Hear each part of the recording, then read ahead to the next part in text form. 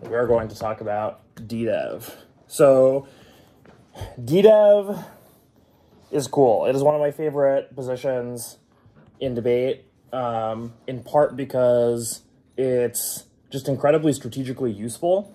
Like, as the AF, in spite of the fact that there are many, many people who support growth, obviously, right? There are many, many authors, there are many, many articles that say that growth is on balance beneficial or say that recessions are bad. And there are parts of the DDev position that are substantively quite difficult to win. There are just some things about the structure of debate rounds that make it extremely easy to win a DDev debate, which is that the block is very long. The 1AC typically doesn't invest a ton of time in investing the impact level of their economy argument. And it is very, very common for, like, 1ARs, like, it's a very time-pressured speech overall. So there's just, like, some time imbalances early in the debate that allow you to consolidate an advantage with DDev that makes it incredibly difficult to recover from later on in the debate. So just for that reason alone, even though DDev has some substantive problems potentially, you know, DDev should be a very, very important component of our negative R cells. How many of you have gone for DDev before? One of you, okay, or two of you? Does the degrowth AF count? Yeah, I think it counts. Anyway, so you've talked about DDev positions. You know, some of you, only one of you has gone for DDev on the neg though. Yeah, okay. Degrowth AF, it doesn't get at the strategic aspect that I was just talking about a little, quite as much, but it's stronger in some other ways. Anyway, so nice. Hopefully we get more comfortable with DDev and we can pop some people who talk about economic growth a little bit too much in their 1ACs in the near future sometime. Okay. The second thing before I kind of get into the specifics of a DDev debate that I want to highlight is you should not be afraid to make DDev the whole block. Okay. DDev, in a lot of ways, very similar to the CapK. People make the CapK the whole block all the time, right? But the difference is, normally if you introduce a CapK, how much time does the 2AC typically spend on the CapK? Just ballpark, give or take. At least like a minute 30, right? Usually, it's like, if the 2AC is doing their job, they will probably spend at least a minute 30 on the CapK. In a DDev debate, this very, very often doesn't happen because for whatever reason, 2As don't treat case turns as seriously as off-case positions. So it is very common that you will show up to a DDev debate, you will read your 1NC, and you will receive like one card and some analytics, maybe 2 cards worth of pushback to your DDev position. And so, for the same reason that you would be really, really excited if the 2AC said that little stuff about your CapK, you should also be very excited and you should respond accordingly when people do this to your DDev position. Because if the 2AC is that light on DDev and the block makes it the entire thing and you can respond with the level of comprehensiveness that enables in the block, it's very, very difficult for the 1AR to recover. So there are 4 parts to a DDev debate that you need to win, and we will talk about each of them in turn. The structure of the rest of this is going to be, I'm going to throw kind of a lot of information at you. You should view a lot of this as kind of a roadmap to the construction of a comprehensive DDev file, because if you're able to execute on all of the different components of the strategy, it's like there's a lot of moving parts. It's quite a demanding research project, but the cards for each of these individual components are mostly quite strong and abundant. And so if you can execute on the research and preparation component of this, you can create a devastating DDev file. So 4 parts that I'm going to talk through. So the parts are link, sustainability, impact, and the transition. Link, sustainability, impact, and transition. The one organizational note that I'll say about this is I'm separating sustainability from the impact. You might be tempted to think of economic growth unsustainable as, like, of course, that is the impact to your position. The reason that I'm separating it out is that it is important to remember that there are many, many reasons why economic growth might not be sustainable that have nothing to do with the impacts that you're going for, right? Economic growth will inevitably end is a different argument than it is bad to continue growing the economy, right? So that's the one organizational note that I'll make about that. Before I get into the substance also, do you all have a sense of like what are the strong components of this and what are the weak components of this? Do we know? Yeah. strong parts are probably like link, sustainability, and impact parts, and then like the transition's a little shaky.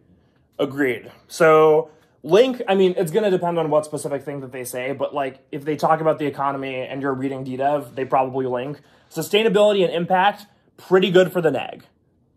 Transition, pretty bad for the neg, right? So the way that you approach a lot of this file construction should be mitigating the weaknesses of the transition debate with sleight of hand and trickery. We will talk about that on that section. And winning the sustainability and impact debate so comprehensively that it makes up for the weakness of the transition debate. Okay, so I'll very briefly talk about the link first. The reason is not all econ impacts are the same. Just because the 1AC said the word economy, that does not mean you can read your DDev 1NC. If you read DDev and you try to go for DDev and then you lose on no link, that makes us all look bad. So don't do that, right? So important thing to flag, recession, not the same as a fast growth impact. Like recession bad, fast growth good, not the same.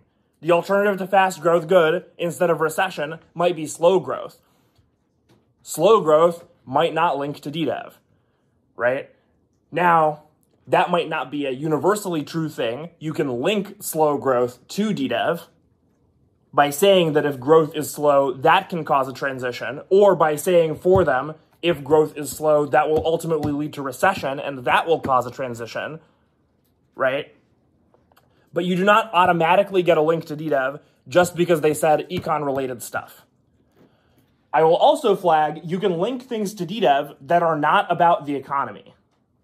If you take a step back and think about this, DDev is really just a fancy movements disadvantage. It says there are things that are going to happen in the world that will catalyze a movement to move our collective social mindset away from a growth orientation, and that will transition society into a different form, and preventing a recession stops that movement from gaining steam. That's essentially what you're saying with the core of your position. It's a movements DA.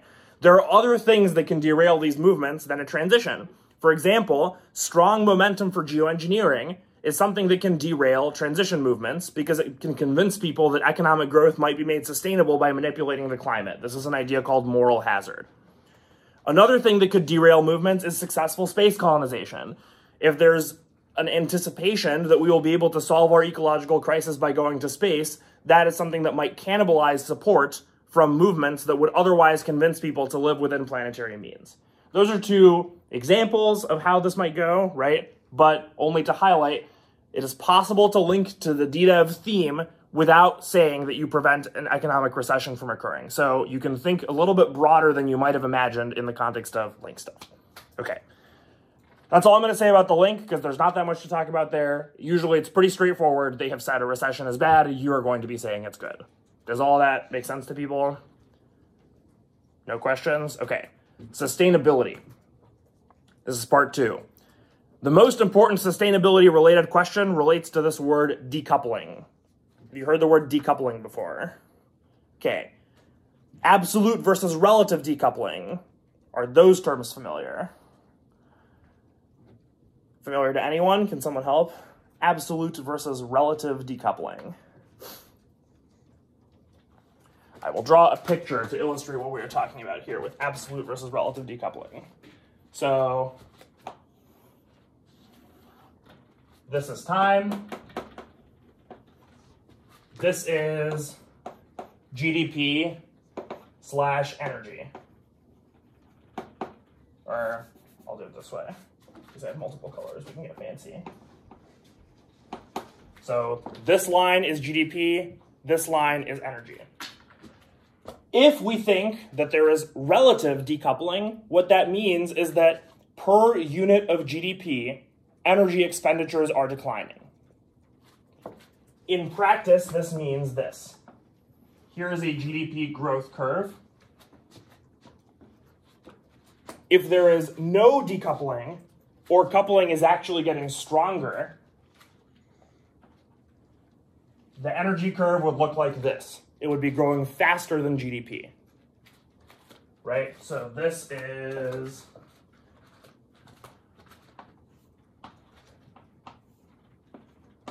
strong coupling.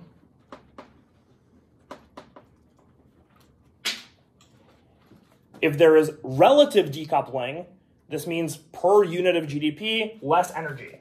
That curve looks like this, right? So there's a gap here, right? We're going slower than GDP, but energy use is still increasing over time. Relative decoupling.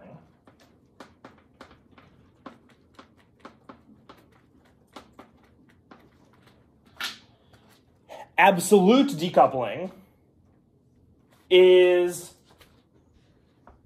GDP increases, but overall energy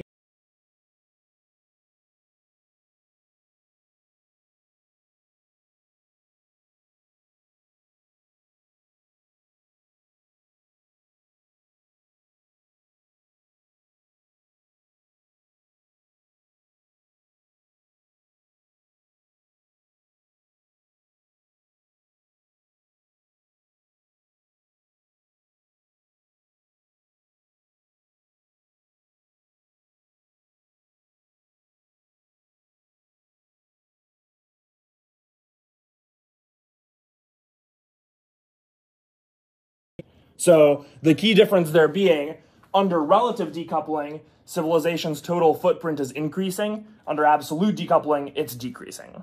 So the AF in a sustainability debate wants to say what? Absolute decoupling is bad? No, the AF wants to say that it's possible to grow the economy without destroying the environment, right? So the AF wants to say it is possible to decouple absolutely. We can completely shift energy such that we do not need increased energy consumption to grow our economy. The neg wants to say absolute decoupling is impossible. Instead of absolute decoupling, it's relative decoupling. So we might be making our stuff more efficient per unit of growth, but the total impact on the economy is still increasing. I've labeled this energy because a lot of people talk about decoupling in terms of energy, but you can think of coupling or decoupling through the lens of many, many other components of the sustainability debate. For example, carbon emissions might be coupled or decoupled to GDP increases. Destruction of biodiversity can be coupled or decoupled, etc. Does all of that make sense? So the name of the game for the most important argument on sustainability is, do we have relative decoupling or do we have absolute decoupling? Why might we have one or the other? How can are these ones? Okay. Those are not the fancy robot ones. Okay. That's okay. We'll settle for our archaic technology here that is a little bit less energy expending, but hopefully good enough. Okay, so first theme, Jevons paradox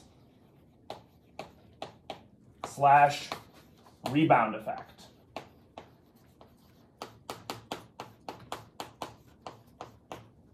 So we're now listing reasons why instead of absolute decoupling, in fact, the economy is only relatively decoupling. So reason number one, Jevons paradox or the rebound effect.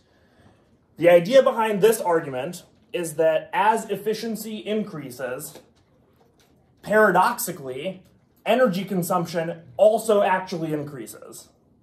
Making stuff more efficient does not reduce consumption, it increases it. There are two subcomponents to this argument. There is a local rebound effect, or local Jevons paradox, and a global one.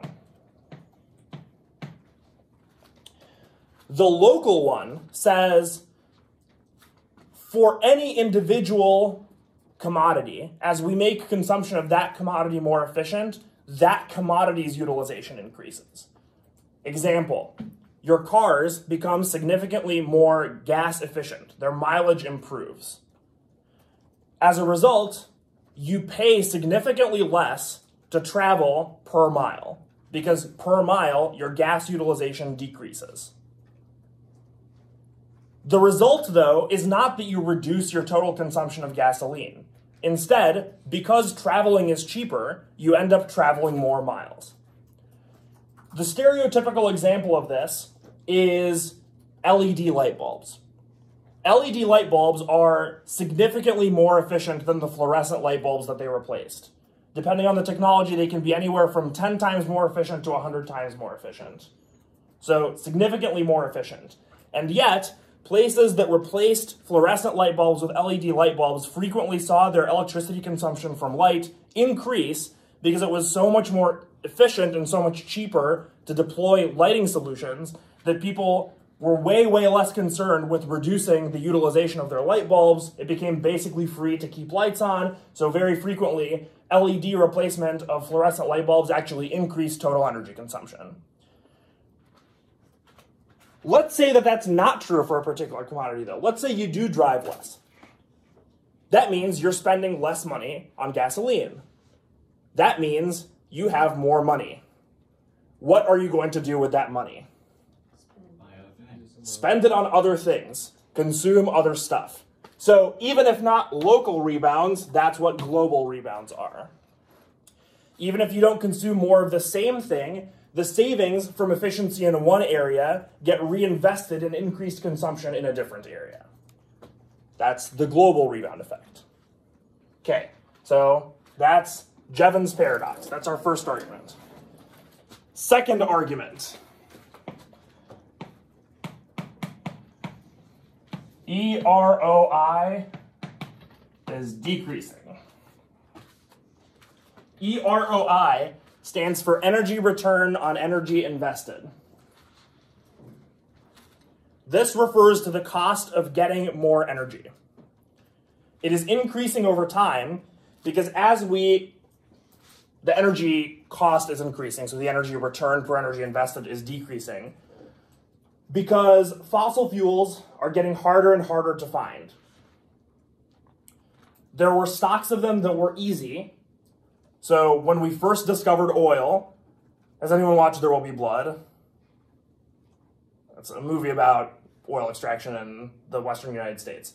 You can see like the primitive, they do a really good job of illustrating the like early oil extraction technologies, and the way they literally drilled these wells was like they would literally dig a hole in the ground, they would drop heavy stuff on it, and then the oil would literally bubble up through the sand.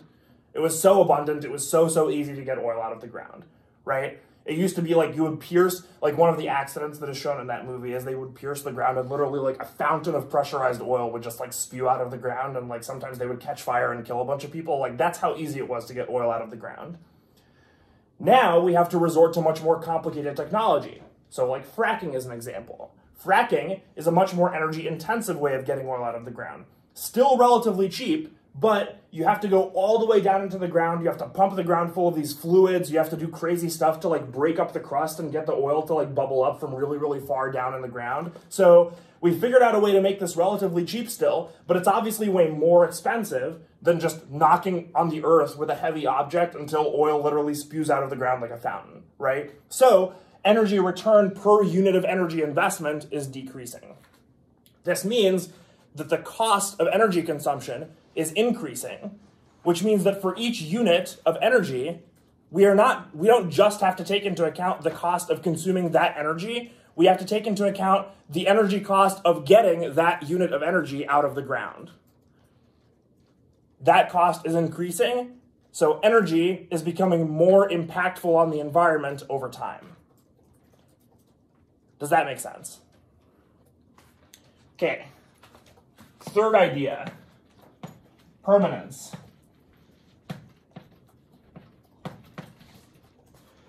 If you look at country data, you will see many cases of what appears to be absolute decoupling.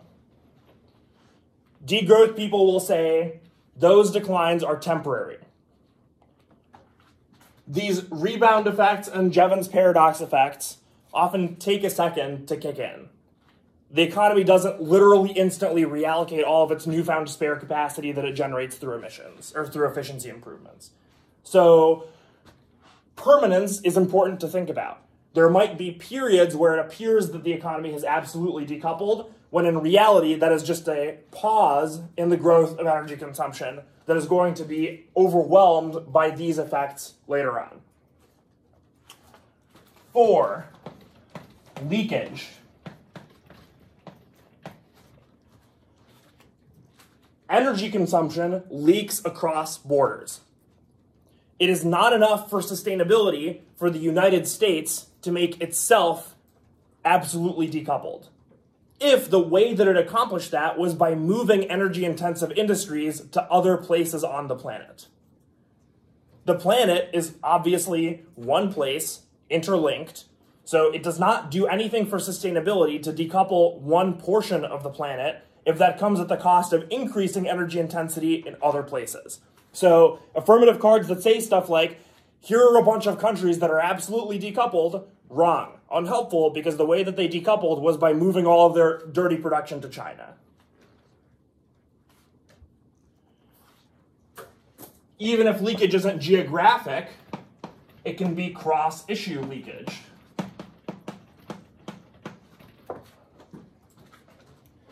A common anecdote that optimists regarding economic growth will point to is the London manure crisis. There was a time in London where there was overpopulation and so many people had horses in London that were just pooping everywhere and the sewage system couldn't keep up. So there were apocalyptic warnings that London was going to drown under a tidal wave of horse manure. This was the ecological crisis of its day, right?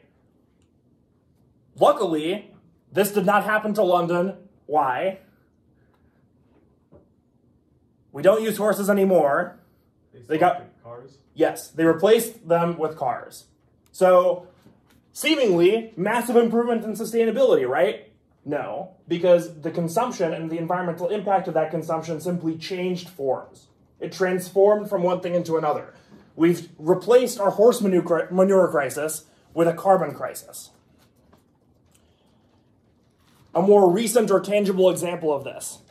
Do you all know that in the 80s, the apocalyptic crisis of our time was the ozone hole over Antarctica? Do you all know how we solved the problem with the ozone hole over Antarctica? We got together and said, like, yo, the aerosols in our cans are kind of bad for the environment. We should stop doing that. Yeah, not just the aerosols in our cans. It was actually mostly our fridges that were the issue, our fridges and our air conditioners. They used this chemical compound called CFCs, chlorofluorocarbons. So that was very, very bad for the ozone layer. It did a chemical reaction that like broke apart the ozone. So in the most successful example of collective environmental action to date, it's really incredible, the world got together and signed the Montreal Protocol, which agreed to ban CFCs. We have successfully banned them. Almost every single country on Earth has agreed to do this, and we have phased down CFC consumption to zero. The ozone hole problem is actually kind of solved. The ozone hole is shrinking. We're really doing great on this front. What did we replace CFCs with? Instead of chlorofluorocarbons, we now use hydrofluorocarbons. Hydrofluorocarbons do not destroy the ozone. Unfortunately, hydrofluorocarbons are one of the most greenhouse gas, like one of the most powerful greenhouse gas substances that humanity produces. There's a term called GWP, global warming potential. GWP is expressed in some multiple of 1, where 1 is the amount of global warming caused by a unit of carbon dioxide that is emitted over the course of a specified time period. I forgot how long it is. I think it's 1,000 years. So how much global warming is caused by a unit of carbon emissions over 1,000 years? Hydrofluorocarbons range from tens of thousands to hundreds of thousands of times more global warming per unit of emissions than carbon dioxide. So cross-issue leakage. We solve one environmental problem, we transform it into a different one. Anyone hear about acid rain as a crisis anymore? It's like, yeah, people talk about it, but it's definitely less of a problem now than it was in the past. That's because these like incredibly smoggy factories that we used to have, not only have we moved them to China and India, and instead we're polluting those places and causing acid rain there, we've actually had a lot of success with the Clean Air Act in reducing those kinds of particulate emissions. How did we do this? Because we replaced those emissions with emissions that are less visible in the short term, such as carbon dioxide, which in our communities are very, very hard to trace the immediate effects of. People would protest, it's like, oh, I can see this factory belching smoke into the atmosphere, this is clearly poisoning my community. A bunch of people got together and were like, hey, you're poisoning my community, this sucks. We expect higher standards of living. We're a rich country. We're a first world country. They were like, fine, replace them with carbon dioxide. Carbon dioxide, invisible, doesn't garner nearly as much opposition. We've transmuted one environmental problem into another, cross-issue leakage. Common affirmative arguments with respect to decoupling that are important to answer. One is dematerialization / the transition to services. The idea behind this argument is that our economy's composition is changing. We are no longer really focused on producing as much stuff as possible. We are now focused on providing services, such as, instead of building more cars, instead we have car repair. Car repair is a service. Instead of consuming a bunch of stuff, we might go see a movie or we might go see a play. Those are services. They don't increase material consumption, supposedly. Dematerialization. You might buy software. You might spend your money on a video game instead of spending your money on a thing. Video games are immaterial, therefore they do not cost you money. You might spend your money on an Apple Music subscription. Immaterial, doesn't produce the same amount of material impact on the world. The problem with this is that, of course, this dematerialization rests on a very material economy. It runs on computers, which are hardware. Those computers are powered by electricity, which is energy consumption. And services are often not as dematerialized as we think either. You have to commute to, build, and invest in many of the venues that we are talking about. And many services are just an enabler for providing you with goods or assisting you in the consumption of goods. Another affirmative argument is recycling. We can dematerialize or we can decouple because we can take our waste and we can transform it into inputs. The problem with recycling as a solution to this problem is math. You cannot grow an economy with recycling because you cannot get more stuff out of recycling than you put in. In fact, by definition, you get less stuff because even if you were perfectly able to convert outputs into inputs, this would take energy to do, and therefore it would be a net lossy process. Recycling, therefore, cannot support growth. It can only support a steady state economy in its most optimistic form, which is an economy that is not increasing or shrinking. This might be a sustainable vision for recycling, but also probably not, because in practice, what I was describing is kind of a theoretical ideal limit. Even that's not good enough, but in practice, recycling isn't nearly anything approaching that. There's significant limits to recycling. It is quite energy intensive to do. Curse the laws of thermodynamics. Curse the laws of thermodynamics, exactly. Not to mention, a bunch of recycling is fake. For many, many years, we just shipped our recycling to landfills in China where they got burned. Just fun fact. Recycling is a total scam. Final argument is tech change. People will throw out there. It's like, oh, I know that technology has always had these effects, but maybe the next technology will not fall victim to Jevons paradox or whatever. Even if you assumed that there was some magical technology that could avoid all of these problems, technological change tends to be insufficient in magnitude. It might transform parts of our economy, but not enough of them. Too slow, because uptake of it might not happen in time for us to avoid the climate crisis, and often moves in the wrong direction, enabling more consumption instead of less. An example of this is, have you heard of Moore's Law? Say Moore's Law, do you know what it is? Or if you don't know, it's fine. It's like... I do. It's like, it essentially states that every 5 years or so, I think was the figure, the amount of processing power we can put in a given area doubles. Yes. I don't remember if it's 5 years exactly, but that's essentially the general idea, is the amount of processing power that we will accomplish with our computer technology is supposed to increase exponentially over time. And this is because we're supposed to put more transistors on a chip more densely than before. And so this is supposed to increase the processing power of our computers. Has this decreased our consumption of computers? No, absolutely not. There was, in fact, a common saying about this, which is that what Microsoft giveth, or what Intel giveth, Microsoft taketh away, which is that whatever Intel innovates in terms of power and capacity and efficiency improvements for their microchips, Microsoft immediately comes up with more energy-intensive and more powerful applications that can utilize those increased powers of the computer. And, what Intel giveth, Microsoft taketh away. So this is an example of technological change that goes in the wrong direction, also an example of the rebound effect. Okay, that is absolute versus relative decoupling. I spent the most time on this because it's by far the most important part of the debate, but Are we tracking this piece? Okay, great. Other sustainability-related components. There are 3 more that are important to talk about. One is geoengineering. Geoengineering is we can do whatever we want to our planet because we can just engineer the climate to be the way that we like. There are broadly 2 kinds of geoengineering.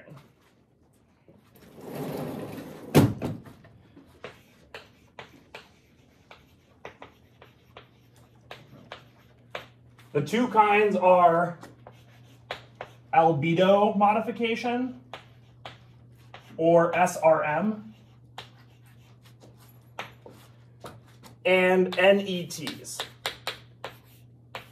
SRM stands for solar radiation management. NETs stands for negative emissions technologies.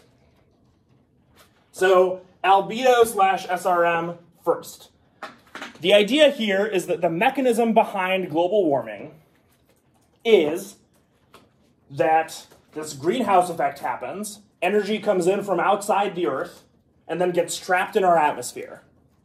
The intuition behind solar radiation management is very simple, which is that if we can get more of the incoming heat to bounce off of our atmosphere and reflect out back into space, we can reduce the overall temperature of our planet. Albedo is a term for reflectivity, so a black shirt has less albedo than a white shirt because the white shirt reflects more light, black shirt absorbs it all, right? Same idea with water has less albedo than ice because it's dark, so melting ice caps actually reduce the Earth's albedo, not just cause sea level rise. You've probably heard about this from Callahan's lecture way back at the beginning of camp. Rebound effect, is this a phrase that not rebound, positive feedback loop. Is that a phrase that is familiar to anybody? Yeah. Yeah. Familiar? Okay, nice. So that's an example of a positive feedback loop. So the idea here is we can increase the reflectivity of the Earth, and that will solve climate change. There are a bunch of deranged ideas for doing this. You may have read a very recent story where scientists invented a very fancy kind of white paint, and the plan is, it's so easy, we can solve it. Just paint everything with this dumbass white paint, just like paint all the roofs, and then the Earth will be so reflective and so shiny, and then nothing is going to cause it to warm up because everything will be white, so everything will bounce off into space. Other insane ideas include microbubbles, which is these little plastic bits and noggins. You just throw them in the ocean, and then the ocean will be more shiny than before because it will be very frothy. These microbubbles will cause a bunch of froth. You can use drones to disseminate them very effectively. Filling the ocean with plastic, what could go wrong, right? It's like, you could also cover the ice caps in mirrors. Sounds easy, what could go wrong? Fill the atmosphere with ash. This idea is like, oh, we've seen volcanic eruptions. You all know about nuclear winter, right? Nuclear winter, fill the atmosphere with ash. It gets really cold. Well, we're trying to make the Earth cold. Surely there's some middle ground between nuclear winter and where we are now. Maybe if we put a little bit of ash into the sky, then there will be like some shadows and then some stuff will bounce away, right? So these ideas are psychotic. We don't know what will happen if we do them. It would be psychotic to gamble the fate of our ecosphere on these ideas, right? Part of the problem is, cross issue, like, duh, right? We have no idea. It's like, we might solve climate change. It might actually be true that if we block out the sun, we would solve climate change. We might cause some other bad things to happen. If we fill the ocean with plastic and all of the fish eat this plastic and then die, we might have, this might be a classic, like, what's the idiom, like, out of the oven into the fire, whatever. You understand what I'm saying. It's like, we've solved one problem, but at the cost of creating a very, very dramatic version of a different problem. Another problem is moral hazard. I alluded to this earlier. If we as a society collectively decide it's okay not to do anything about any of our ecological problems on the basis that we can just solve them by throwing a bunch of ash into the air, that would be bad. We should continue doing both in case, like, maybe this won't work. Who knows? Possibly staking the fate of our species on painting all the buildings white is not a good idea, right? A final problem is termination shock. A lot of these technologies require active maintenance. Big problem with ash, it falls. It's susceptible to gravity. We need to continue pumping the atmosphere full of ash, right, at like 2-week intervals. If we ever stop doing this, then the ash will fall, the greenhouse effect will resume. By that time, because of moral hazard, we will have emitted much more, so the greenhouse effect will be much more powerful. This will cause not just intense climate change, but extremely rapid climate change, because it will snap back to a place where it would have been without us doing ash at all. And the result is much more dramatic climate change with no time for adaptation and very, very quick negative effects. So to gamble on putting ash into the atmosphere is to gamble on the idea that for the Earth to survive in habitable form, humanity will continue bi-weekly injections of ash into the atmosphere forever. We have a government shutdown, so the ash program doesn't get funding for a couple of weeks. Oops. We fight a war, and it becomes impractical to launch planes to continue atmospheric ash injections for a little bit. Sorry, like, goodbye. Thanks for playing, right? So termination shock makes this quite unfeasible as a long-term strategy. So maybe these will work, these negative emission technologies. The idea here is a little bit different. So we're trying to attack the greenhouse effect from the other side, which is, okay, maybe we can't reflect all of the sun's rays back into space. Maybe we can suck up all of the carbon dioxide out of the atmosphere and then do something with it. One example of this is trees. We all know that they consume carbon dioxide and turn it into oxygen. Plant a bunch of them. Maybe that'll solve our climate crisis. Maybe we can build giant blocks of very, very fancy basalt rock and cover Iceland with them, and then hopefully they will soak up carbon dioxide like a sponge, and then we can just stick them underground. Maybe we do fancy filters and then blow fans at them, and then those filters will suck out carbon dioxide, and we can just take all of that carbon dioxide and we can put it in a giant tank under the ground, and hopefully nothing will happen to it forever. Maybe we can make the ocean absorb it. We can do fancy chemical processes. The ocean tends to absorb carbon dioxide when it's cold. We can cool down chunks of the ocean. Its absorbent capacity will increase. Then carbon dioxide will get sucked into the ocean and it will dissolve into the ocean in the form of little bubbles, and then probably won't cause any global warming or problems after that, right? Again, here, the problems are twofold. One is it runs into the same technological barriers of speed and scale of adoption. It is extremely expensive to do these things, and the likelihood that we will be able to do them at the rate that is necessary to offset not just current emissions, but ongoing growing emissions, because we're not absolutely decoupled, very unlikely. Second, again, we run into these pesky cross-issue leakages. When carbon dioxide dissolves in the ocean acidifies. Ocean acidification is very bad for the inhabitants of the ocean, notably for the fish and for the corals, which become bleached and become unable to support life. Planting a bunch of trees trades off with agricultural land, which is necessary to support growing populations. So if we do this, that would require fighting a political struggle over land allocation that we are far from guaranteed to win. Moreover, we have to solve a simultaneous energy production crisis, which if we intend to solve with renewables, we also will need a bunch of land for. There are specific examples of this, such as biochar. It's a particular kind of soil that you can use in agriculture that is also likely to suck up a bunch of carbon dioxide. Again, a lot of these things have environmental side effects and/or are very impermanent. Like, do you really think that storing all of the carbon dioxide in giant tanks under the ground forever is the solution to our climate problem? Probably not. So that's geoengineering. Another theme that I want to talk about beyond geoengineering is complexity. Complexity is this idea that was created by this economist Ted Tainter. His thought is the way that societies solve problems is by increasing their complexity. This insight is intuitive. As our government starts to solve more problems, it grows in size. It swells as a proportion of the energy expenditure that we as a society have.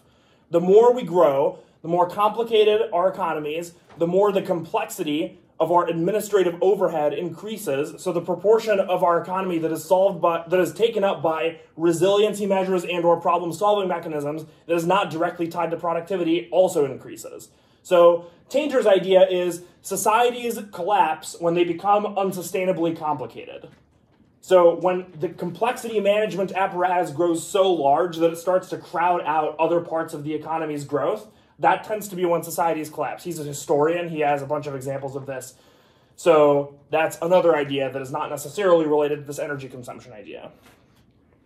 A final thing that is underrated, but that is very, very worth bringing up in DDEV debates.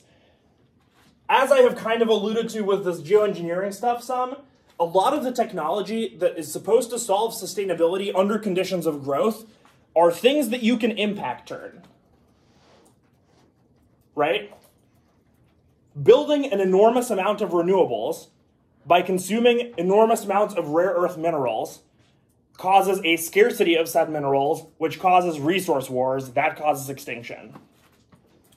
Revolutionary manufacturing technologies might make it much more efficient for us to produce stuff, but might also democratize the means of producing very complicated things, which might be a boon to nano or bioterrorists, democratizing the means of violence. Dematerialization might reduce our material throughput, but make our society much more vulnerable to cyber attacks. Nuclear energy might reduce our dependence on fossil fuels, but risk extinction from meltdowns or from nuclear proliferation because nuclear technology spreading democratizes access to nuclear technology, right? So all of these things, in addition to saying they don't solve the sustainability problem that we started with, it is also very valuable to say independently they cause extinction, because remember, you are putting a lot of pressure on an already very time-pressured 1AR when you do this, right? Instead of reading stupid impact add-ons, why not read impact add-ons that are also impact turns to the things that they are going to rely on to win the sustainability debate? Some more. The solution to economic growth might involve redistribution, which will increase inequality, which will cause populism, that'll cause war. Relying on AI to increase the efficiency of our consumption, in addition to linking to rebound effects, might mean that we develop a superintelligence that kills us all. Does all that make sense? Last thing that I'll say about sustainability. If you think any of this is real, it is still easier to do if we're degrowing, because there is less economy for us to make clean than under a growth scenario. So if you think it is uncertain whether this sustainability stuff is real, it is still by definition better to bet on sustainability in a degrowth world than in a growth world. Does that make sense to people? Okay, impact. Not going to talk a ton about this section. It's kind of just a list of things that you might wish to bring up in a DDEV debate. Climate change. General biodiversity. Specific species biodiversity. The most popular examples of this are pollinators, because pollinators are very easy to connect to an extinction impact. So like bees are important for our food supply. They're important for us to grow crops. So people talk about bee collapse as an independent impact. Soil erosion, same idea. Soil quality collapses, we can't produce food. Chemical pollution kills everybody directly. General resource wars, when we have less stuff that is more expensive, people tend to fight over it. Specific resource wars. Oil is a favorite on this front, but rare earth mineral wars are useful to have around for renewables transition answer reasons. I kind of alluded to that earlier. There's this guy, Julian Cribb, that writes basically a book every single year where he lists like 11 things that are impacts to degrowth. A perennial favorite of his is megacity collapse. There will be overpopulation. The cities will grow too large. Once they collapse, they cause refugee waves and a bunch of geopolitical instability that will cause wars. How do you spell his name? Julian Cribb, C-R-I-B-B.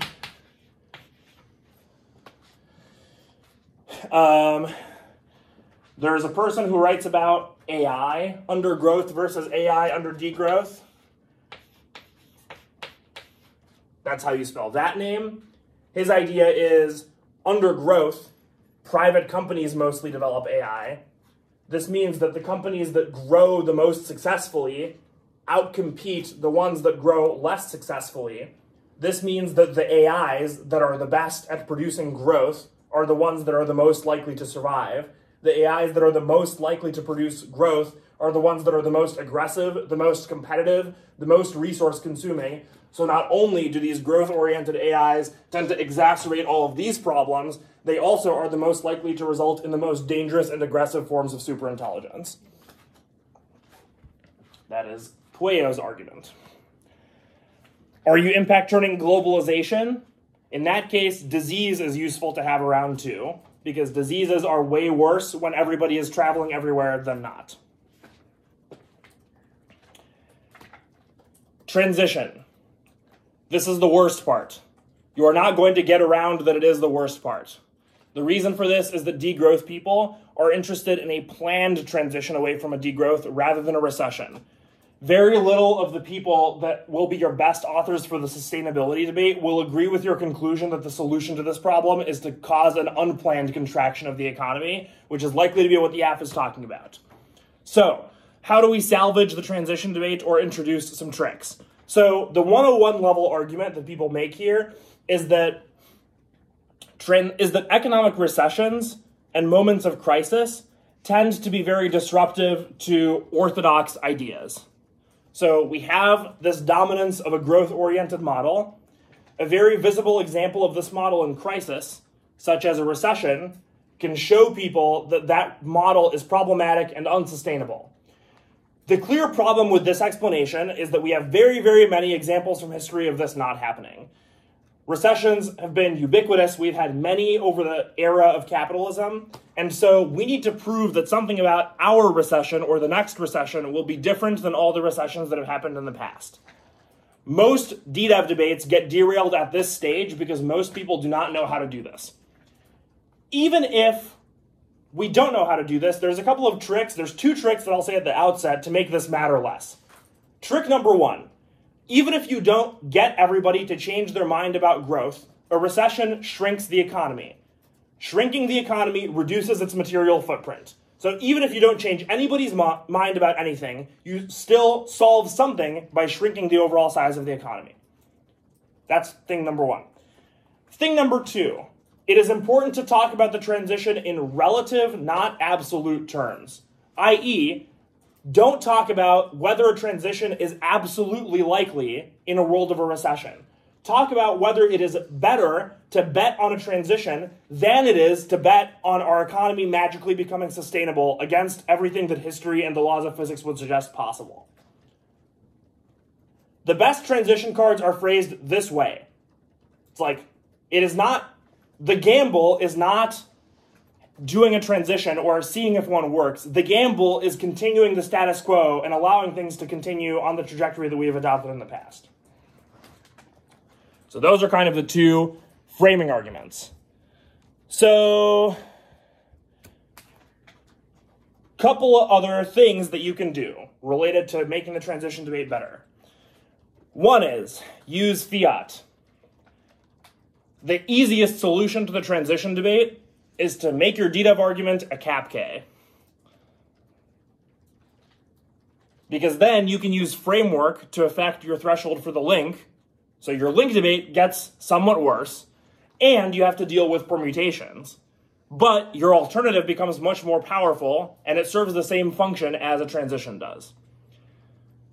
Two, even if you're not using a CAPK, you can use counterplans to quite substantially improve your odds of winning the transition debate.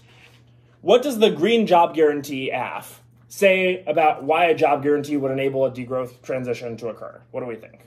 Some of you who have been writing that one, do you want to summarize? What is the degrowth job guarantee AF? You said that you've been reading it? Yeah. Yeah. So what does it say? Why does a job guarantee solve degrowth?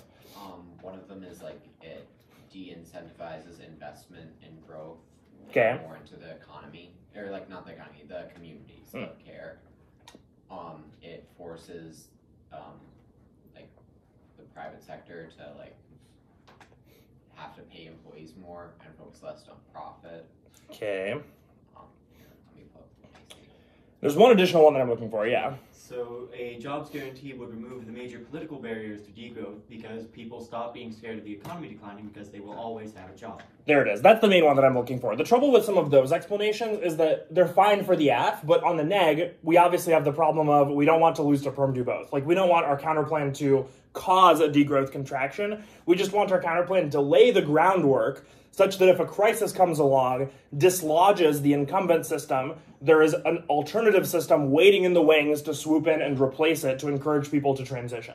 So that argument, I think, is quite good. If we can counterplan in a much stronger welfare state, it doesn't have to be a job guarantee. It could be stronger benefits, stronger unemployment protection, investments for green technology, right? They won't work under growth, but if we have degrowth, they could actually transition our economy to a level that is sustainable because it's coupled with this aggregate reduction in consumption. If we have guaranteed everybody that in a recession, their livelihoods will be looked after because there will be a social safety net that protects them, the main psychological cost of a recession will have been mitigated. So normally the reason recessions don't cause transition is, sure, you're disillusioned with growth, but you also don't love the situation you're in now because you're poor, you don't have a job, you might be struggling to feed your family. Literally, people die in recessions. Recessions have economic and human consequences that might disillusion people with degrowth too. A counterplan that makes a recession more palatable can help catch people who are disillusioned with growth and transition them smoothly into an alternative economic paradigm that accepts the new degrowth reality that we're in and allows them to exist sustainably within it. It's important to talk about this within the context of why a recession is still important, right? We still need to say you need an economic crisis to dislodge people from growth, right? Like, just because there is an abstract idea of a job guarantee, all of you all, based on that mere fact, would not voluntarily reduce your quality of life to that level, right? You still like the fact that you can drive wherever you want and buy whatever you want, right? Those are things that are nice, and so you will continue doing them. Our transition cannot rely on people voluntarily having an epiphany and being like, oh, I guess we should transition to this job guarantee just because it's around now and it would be okay. So we still need the recession to catalyze the mindset shift, but the counterplan can provide an alternative framework within which people can be more successful and live more sustainably. Hopefully it's obvious that given that many of the AFs can fill this role on this topic, it can be quite risky to go for DDEV against some of the biggest AFs on the topic because they can make this argument too. They can say, recessions, not a good way to cause transitions.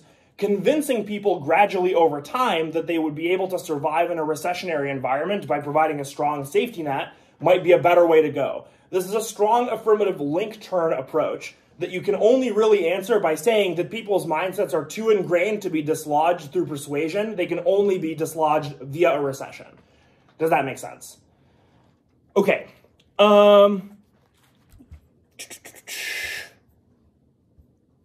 Okay. Finally, an important part of the transition debate is impact turns and dealing with those. Growth key to innovation, growth key to space call. Thing one is you should just answer them. There are many, many cards that say in a degrowth environment we can continue to innovate. Two, you can use your counterplan to innovate in those areas. If they have specific things that you want to accomplish, it's very difficult to win that degrowth does not have the capacity to innovate in these areas. The Soviet Union did a great job going to space. It was not a very rich country. The reason they did this is because they devoted an enormous disproportionate share of their national wealth to the project of going to space. So would it trade off with other stuff? Yes, that is what fiat is for. You can use fiat to allocate resources in a degrowth society to whatever they think it is important to innovate in. Also worth considering, impact turn their impact turns. Again, this is why it is valuable to consider things like DDEV for the whole block, right? If you are DDEVing for the whole block, and the 2AC's main response to DDEV is growth key to space call solves extinction, and then the 1 in R is, and they have one shitty 2AC card for this idea, and then the 1 in R is counterplan, just do space colonization, so that's our defense if we don't want to go for the rest of the 5-minute speech that follows, and by the way, here's 5 minutes of space call bad, right? Again, very, very, very, very, very difficult for the 1AR to deal with such time pressure. Last thing related to the transition is dealing with the AF's war impact. So economic crisis causes war is a natural inbuilt transition fails argument. Here are the genres of answers to make to this that I will just kind of rattle off because I don't want to keep you from your lab leaders for that much longer. So their genres of argument. Diversionary war. Economic crisis causes political crisis. Leaders want to distract by causing a war. 2 is decline results in nationalism and populism. That results in nationalist and populist leaders. They cause a war. 3 is a phrase called declining trade expectations. You think the economy will go down, so you think of the costs of war as being less and therefore are more likely to engage in wars for other reasons. Finally, a decline might destroy the rules-based international order or U.S. legitimacy, and that might cause a war. So those are the main categories of economic decline causes war arguments. Category 1, internal link to their impact. Actually, decline solves war. Here are the genres there. 1, turning inwards. Diversionary peace, not diversionary war. When leaders are in crisis, in political crisis, they do not tend to solve that problem by starting more crises. They solve that problem by solving that problem. If the economy declines, leaders turn inward and try to address domestic issues instead of starting foreign policy adventures. 2, war chest. If you have a large economy, you have a large chest of resources that you can deploy for war. This makes going to war fiscally easier. 3, interdependence is a security risk. Countries prioritize security over economic health. Because interdependence is a security risk, it can actually increase the chances of war. Many historians explain Japan's involvement in World War II as a consequence of the US oil embargo against Japan. Japan was extremely dependent on the US as an oil export and import market. Import market more than export market. The embargo starved Japan of resources, which created a security risk. Many people explain this as interdependence having caused Japan's involvement in the war because they were dependent on the US for oil imports. 4, growth causes inequality. Inequality, not absolute decline, is what causes diversionary pressure. 5, long cycle theory, also known as K-waves.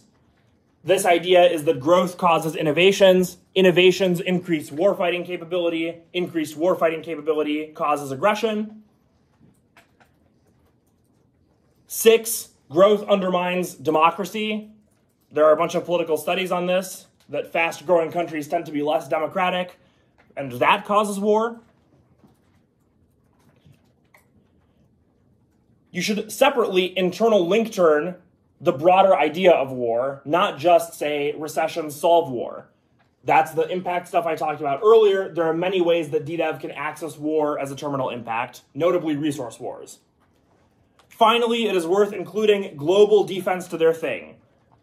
Great power war unlikely to cause extinction. Great power war unlikely because of nuclear deterrence.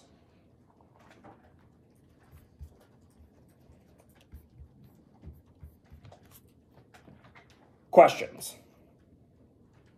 Kind of blazed through the ending part there, but hopefully we now have a fairly complete outline of what it might look like to have a completed DDEV file. Oh, sorry, one more thing. Innovation bad. If you think of all the terminal impacts you've encountered in debate, you probably are imagining many of them are to new technologies. If we hadn't invented them, they wouldn't be impacts. Presumably there are future technologies coming down the road that will also cause extinction. So this is a reason to stop innovating before we've invented the thing that is going to kill us all. Oppenheimer, yes. It's like, we never should have invented the nuclear weapon. We never should invent whatever nuclear weapon equivalent we will be inventing in 2030 if we continue growing the economy. That is also a very reasonable response to innovation good as a response to DDEV. Okay, questions?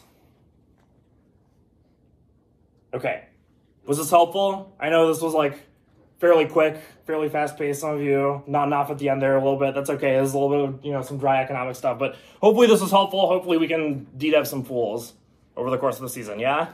Yeah. This is just a random question. The Julian Cribb guy, is that the same guy that everyone reads the food board card? Yep. Yeah. Will this lecture be posted on YouTube? Yeah. Should you read 8 minutes of DDEV in the 2NC or 5 minutes of DDEV in the 1NR? Potentially both. But it's like 5 minutes of DDEV in the 1NR, unless the 2AC has basically dropped the argument, is probably not enough. Okay. Just because, like, you have to be so far, it's like, the main, so, like, ultimately, despite all of the tricks that I just explained, your main solution to the weakness of the transition debate is still ultimately going to be the fact that you are so overwhelmingly ahead on sustainability that transition is a better bet than continuing to grow, even if it is still a relatively bad bet, right?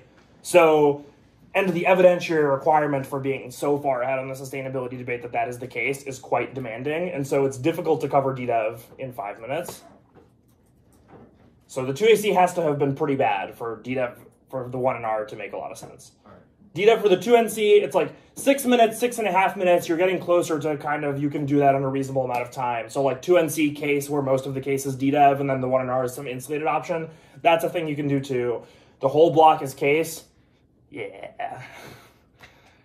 It's like, think of it this way, right? If the 2AC says one thing in response to DDEV and the entire block is case, they're fucked. Like, it's over. Like, what's the point of introducing an insulated option? It's like, unless you fuck something up, you're going to win because you're going to respond to their single 2AC argument for like 11 minutes, right? So, like, it's like, what the fuck are they supposed to do?